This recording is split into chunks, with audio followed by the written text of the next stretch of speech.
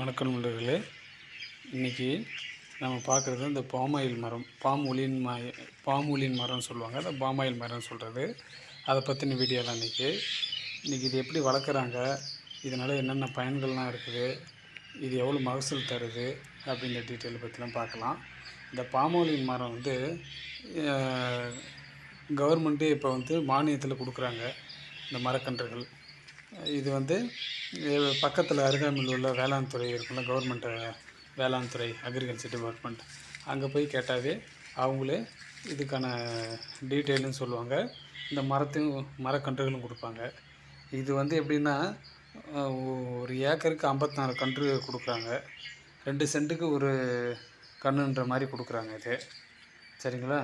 ஏன்னா இது ரொம்ப படரக்கூடிய, ரொம்ப அகலமாக தென்னை மரம் மாதிரி ரொம்ப படரக்கூடியது. நீங்களே பார்க்குறீங்களே, ரொம்ப படரக்கூடியது. அதனால தான் 2 சென்ட்டுக்கு ஒரு கன்று மாதிரி கொடுக்குறாங்க. இது பார்த்திங்கன்னா, இவங்க கொடுக்குற கன்று 15 மாதத்துலேருந்து 18 மாதத்துக்குள்ளே அந்த கன்று தான் கொடுப்பாங்க. அதை எடுத்துகிட்டு ஒரு 2 அடி ஆழம், 2 அடி அகலம், 2 அடி ஹைட்டு, இந்த அளவில் குழியை தோண்டி நீங்கள் அதை வச்சு, கூட கீழே மணல், அது கூட அப்புறம் தொழு உரம், இதை வச்சு பண்ணிங்கன்னா நல்ல மகசூல் கொடுக்கும்.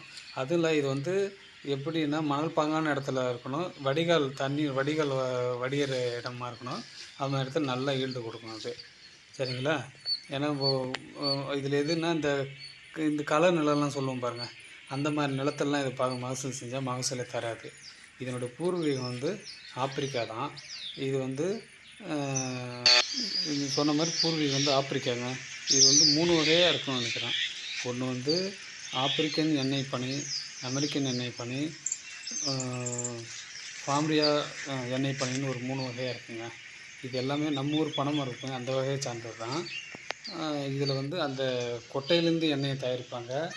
அதுக்கப்புறம் அந்த மேலே அந்த சதப்பத்து இருக்குது பார்த்திங்களா, அதுலேருந்து எண்ணெய் தயாரிப்பாங்க.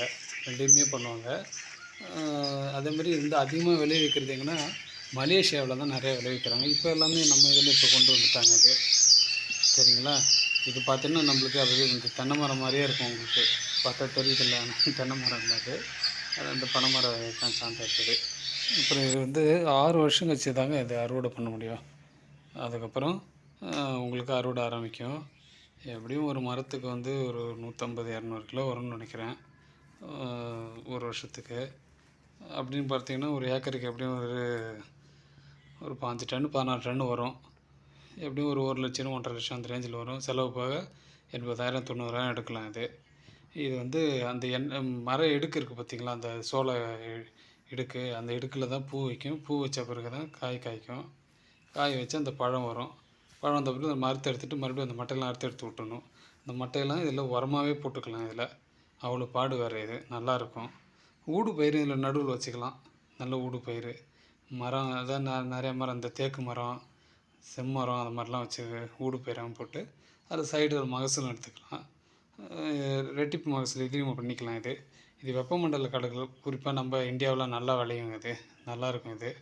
அதனால் இது அரசாங்கத்து மூலிமா நீங்கள் மானியம் வாங்கி கூட மகசூல் பயிர் செய்யலாம். சரிங்களா? நல்ல உகந்தது தான் இதுவும். அடுத்ததாக பனை மரம். இது உங்களுக்கு தெரியும், இயற்கையான பருவத்தில் நிறையா இருக்கும். அந்த பழம் தான் கீழே கிடக்கு பாருங்கள். இந்த பனம் காய் முற்றி பழமாக மாறும். இந்த பழத்துலேருந்து பட்டை அதுவும் முளைய ஆரம்பிச்சிடும். இந்த ரகத்தில் தான் அந்த பாம் ஆயில் வரும். ஏன் இதுனா, 2க்கும் உள்ள வகைப்பாடு 2 ஒரே வெரைட்டி உள்ளதுன்றனால தான் போட்டான். இதே பாருங்கள், மேலே எல்லாம் வெட்டாமல் இருக்கிறதுனால அப்படியே முற்றி போய் அது பழமாயிடுச்சு. இந்த பனை மரம் இது நிறைய தெரியும், நிறைய யூசஸ் இருக்குது இதில். மட்டையும் பின்னலாம், பனை நொங்கு, பனங்கிழங்கு, இந்த மரத்தையும் அறுத்து வீடு கட்டுவாங்க. இது நிறையா அது மண்ணெரிப்பை தடுக்கக்கூடியது. அது மாதிரி மழை நீர் சேமித்து வைக்கக்கூடிய தன்மை. அந்த ஏரிக்கரை ஓரத்தில் இதை தான் அதிகமாக நடுவாங்க. அதனால் இது நல்ல ஒரு யூஸான மரம் தாங்க இது.